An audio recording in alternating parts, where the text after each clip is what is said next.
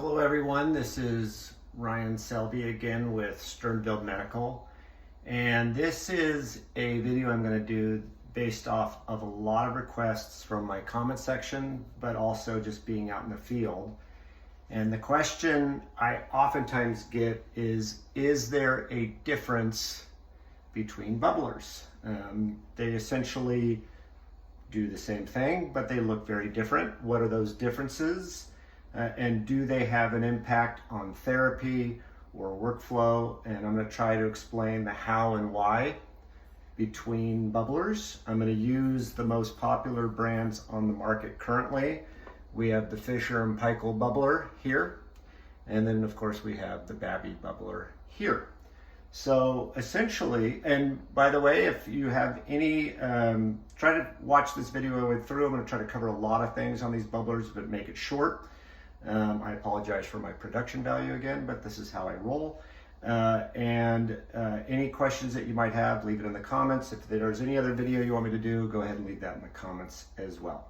So let's go ahead and get started. So the two bubblers are essentially the same concept. All bubblers really are, is that they are a jar that you fill with water and a straw that goes up and down. So the straw goes up and down like so with the Fisher & Paykel bubble CPAP, and then with the Babi you turn this knob and the straw goes up and down like so. So those are the similarities. The differences are a little bit noticeable if you know what you're looking for.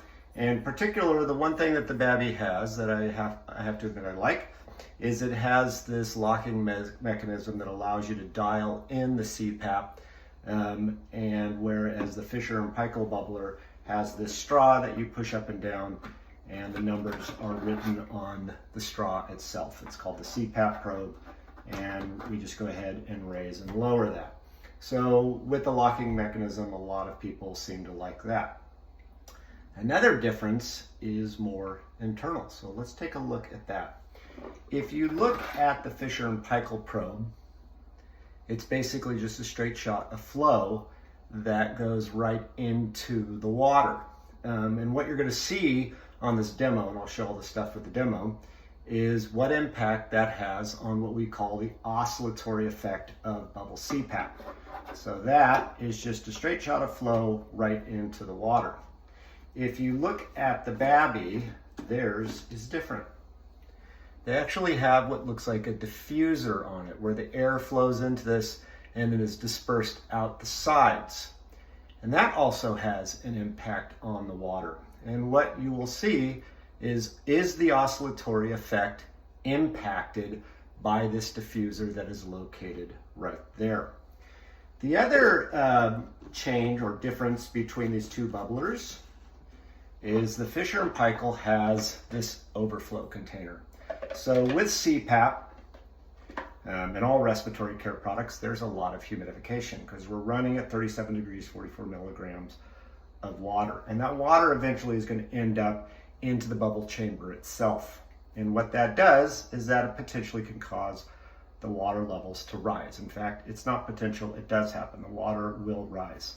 So this has an overflow container so that so the water stays at a constant and your CPAP also stays at a constant. The Babi does not have an overflow container. If water rises too high, it has this opening here where you place in a syringe and essentially siphon water out of it to bring it down to the level. And the level is right there. So what I'm going to go do today is we're going to run the bubblers against each other. I have the Fisher & Paykel bubble CPAP as far as the circuit set up here. We're going to use the DRW manometer. It's a bubble CPAP manometer that's going to give us a reading of the pressure. That's something that the care provider can be able to see. So this is the bubble CPAP manometer from DRW. Of course, I have my mechanical Babi. I've connected to my iPad so that you guys can see what the pressures look like from your screens. And then I've got flow going right here. So before we do all that, I need to fill these bubble chambers up with water. So let's go ahead and do that. So the F&P does have a funnel. so that you could pour the water in like so. And notice that I'm not even looking at the line. What I'm doing is I'm going past the line until some water flows into the overflow container, which it is doing right now. So it's basically taking the spill off and moving it over to here. With the Babi, I have to shoot for somewhere within the middle here. There's a dotted line that we're going for. So I'm going to fill this up like so. So we've got the Babi to its dotted line, and then we're going to go ahead and screw that down. Now, we're going to start with the F&P Bubbler first. So let me go ahead and move some things around.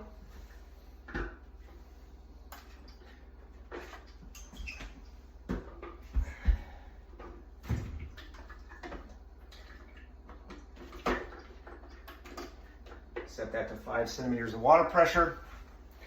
Now the flow rate for Fisher and Paykel is 6 to 8. We're going to do 8 liters of flow. We're going to turn this on so we can get some immediate feedback on what the pressure is. We have 5 centimeters of water pressure on the straw, and we're running at about 5.6, 5.5, 5.6. And take a look at this screen here. So that is the oscillatory effect. Fisher and Paykel's oscillatory effect is rated to be at about 1 to 2 centimeters of water pressure. What that means is we have a mean of about 5, but we get plus or minus 1 or 2 centimeters of water pressure, and that's the oscillatory effect. Now the question is what happens to our CPAP when we add more water to it? Well, it's going to go up. So I'm going to add a 1/4 cup of water to our bubbler. And let me move this manometer so you guys can see it. So there's the manometer. It's reading about 5.6, 5.7. There we go. 5.5. Straw was down, so now we're about 5.3. So now we're at a true 5 centimeters of water pressure. And I poured a 1/4 cup, let me not spill this, into my bubbler. And you'll notice that the CPAP indeed goes up to 6, but it immediately starts to drop right back down to 5.4, which is what we were starting at. So it took that extra CPAP, that extra water, and it flushed it away. Okay. So let's go ahead and stop that data. So just so you guys can see, this is the data we have. We're going to stop it. And now we're going to replace it with the Babi. I'm going to turn this down real quick so it's not distracting the noise. Turn off my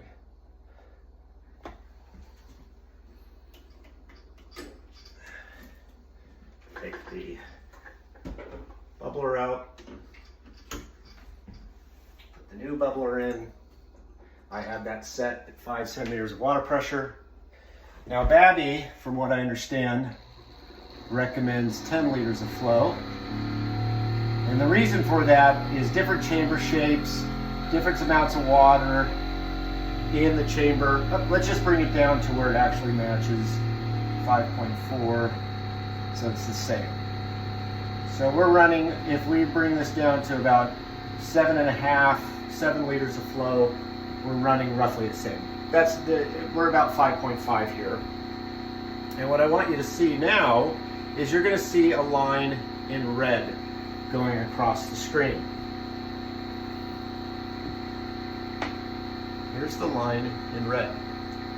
And what you'll notice is the oscillatory effect has been cut either in half to all the way down, all the way to a 1/4 of what you see on the bubble CPAP of the Fisher and Paykel. And that is the diffuser that is reducing the oscillatory effect on the Babi. So if F&P has a oscillatory effect of plus and minus 1 to 2 centimeters of water pressure, the Babi comes in at about 0.5 to 1. And that's also in a study where they've measured that as well. Okay, so we're at 5.4. This is indeed holding 5 centimeters of water pressure. The question is if I add a quarter cup of water to this, what impacts there? So let's take a look. Got my quarter cup of water. Excuse me for this, hopefully I don't spill anything.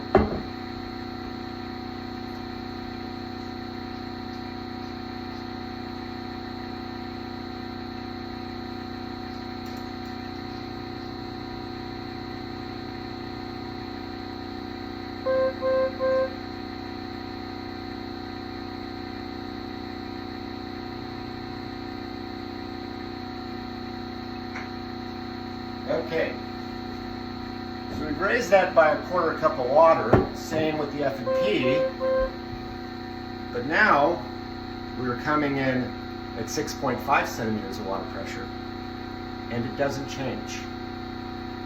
It stays at 6.5. The reason for that is there's no overflow container. The other tricky part with the Babi is if I was to increase this to 10 liters of flow,